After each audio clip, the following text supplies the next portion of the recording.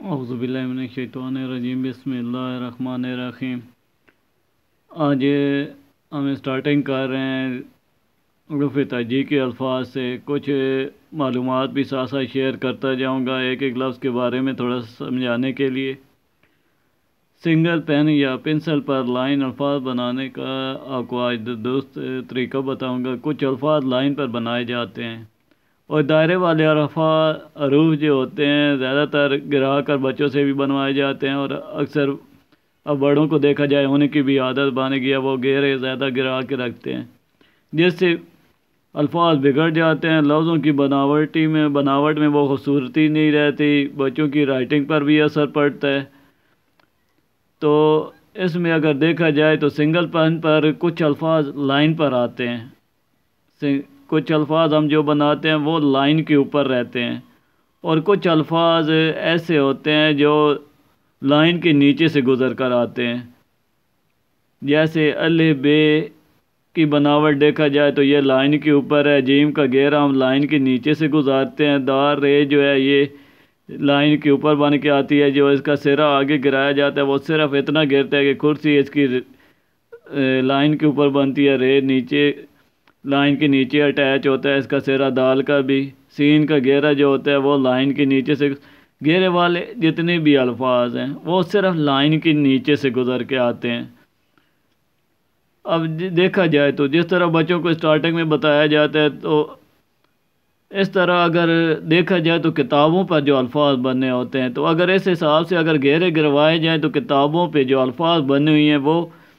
اگر دیکھا جائے تو 10 پیجوں پہ بن کے آئیں۔ اگر دیکھا جائے ایک سبق ہے، ایک کہانی ہے، وہ 1.5 کتاب پہ دیکھا جائے تو تقریباً 1.5 پیج میں سمجھے کہ 1/2 پیج، ایک پیج میں یا 1.5 پیج پہ لکھی ہوگی، ٹھیک ہے۔ تو 1.5 پیج پہ اگر لکھی ہے تو یا 2 پیج پہ، تو اگر ان کے گہرے ہی اگر آپ گرا کے وہ رکھتے ہیں، گرا کے وہ اگر گہرے رکھتے ہیں تو وہ تو سبق چلا جائے گا، اس پہ اگر دیکھا جائے تو وہ تو چلا جائے گا 10 پیجوں پہ۔ تو سنگل پین پہ تو کٹ ہوتا نہیں ہے، سنگل پین پہ آپ گہرے کیوں اتنے گراتے ہیں؟ اس حساب سے اگر کتاب پہ آپ فوٹ رکھ کے دیکھیں تو اگر وہ لائن کے اوپر چاہ رہا ہے تو گہرا نیچے کی لائن کے نیچے سے گزر کے آ رہا ہے۔ تو ہم نے بھی اسی طرح الفاظوں کی بناوٹ اپنی درست کرنی ہے، تاکہ یہ جو بچوں کی املا کی غلطیاں بنتی ہیں وہ 2 لائنوں پہ گہرے گراتے ہیں لفظوں کی بناوٹ بناتے ہوئے، پھر ان سے وہ لفظوں کی بناوٹ ان کی درست نہیں رہتی اتنے بڑے گہرے بنانے سے۔ اور دیکھا جائے آج کل تو ویسے بھی بچوں پہ اتنی کتابوں کا بوجھ پڑنا ہوا ہے کہ ان کا چھوٹا سا بچہ بھی ہے تو اس کی کتابوں کا وزن اتنا ہوتا ہے کہ وہ یا اپنا وزن نہیں سنبھال پاتا۔ تو رائٹنگ کے حساب سے بھی اگر دیکھا جائے تو رائٹنگ کے الفاظ اگر درست کرنے ہیں تو ان اصولوں کو لے کے مد نظر چلنا چاہیے۔ سنگل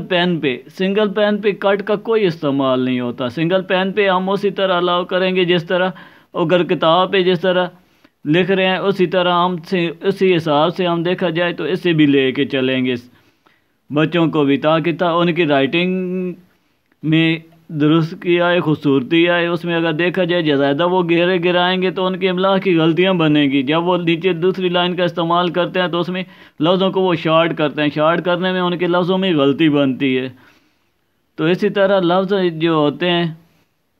تو اگر دیکھا جائے تو پھر اس حساب سے اگر دیکھا جائے تو ہم نے بچوں کو لے کے اس حساب سے چلنا ہے، تاکہ وہ اچھی سے اچھی رائٹنگ کر سکیں، اس حساب سے پیپروں میں اچھے نمبر حاصل کر سکیں، انہیں لکھنے میں بھی آسانی ہو۔ اور دوسرا لفظوں میں بھی لفظ نہیں آتے، بچے جب الفاظ بناتے ہیں تو گہرے زیادہ گراتے ہیں، تو نیچی لائن والے الفاظ اوپر لائن کے الفاظ کے ساتھ اٹیچ ہو جاتے ہیں جس سے بچے صفائی سے نہیں لکھ پاتے۔ لہٰذا گہرے اتنے گرائیں مت جس سے آپ کی رائٹنگ پر اثر پڑے، اس لیے الفاظ ایسے بنی ہوئی ہوں جو خوبصورت نظر آئیں۔ اس کے ساتھ تو الف کے بارے میں آپ کو مکمل میں سمجھاتا جاؤں کہ الف کی بناوٹ کے بارے میں کون سے اصول ہونا چاہیے۔ سنگل پین پر ہم جب الف کی بناوٹ بناتے ہیں تو اس میں ذرا سا خم آتا ہے، یہ لائن ذرا سا خم وہ کیسے، یہاں سے یہ دیکھیں یہ الف کی بناوٹ بنی ہوئی ہے، یہ دیکھیں یہ الف کی بناوٹ بنی ہوئی ہے، الف کی بناوٹ بنی ہوئی ہے۔ تو اس میں اگر آپ دیکھیں تو یہاں پہ یہ دیکھیں یہاں پہ یہ ہلکا سا اندر سے بھی ہم ڈرینگ لیتے ہیں تو یہ دیکھیں یہاں پہ خم آ رہا ہے، اگر باہر والی ڈرینگ اٹھاتے ہیں تو تب بھی اس میں ہلکا سا یہ خم آ رہا ہے۔ تو اس حساب سے اگر دیکھا جائے تو الف کی بناوٹ میں ہلکا سا سرے میں خم آتا ہے صرف نام کا۔ یہ لائن نمبر، یہ اگر 4 لائن پہ جو لائن کا استعمال کاپی پہ ہم کرتے ہیں اس میں اگر دیکھا جائے تو دوسری لائن سے تھوڑا سا اوپر سے یہ شروع ہوتا ہے اور لائن نمبر 3 پہ لاسٹ والی لائن پہ جا کے لائن نمبر 3 پہ یہ ختم ہوتا ہے۔ لاسٹ والی لائن سے اوپر والی جو لائن ہے لائن نمبر 3 پہ یہ ختم ہو جاتا ہے۔ اس کی اگر خطاطی میں بناوٹ دیکھی جائے تو وہ ہوتا ہے تقریباً 2.5 فٹ،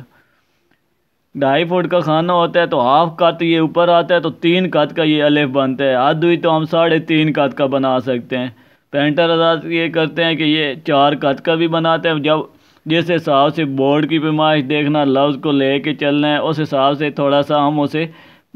لمبا اور بھاری بھی کر سکتے ہیں، اس حساب سے الفاظ کی بناوٹ بنا سکتے ہیں۔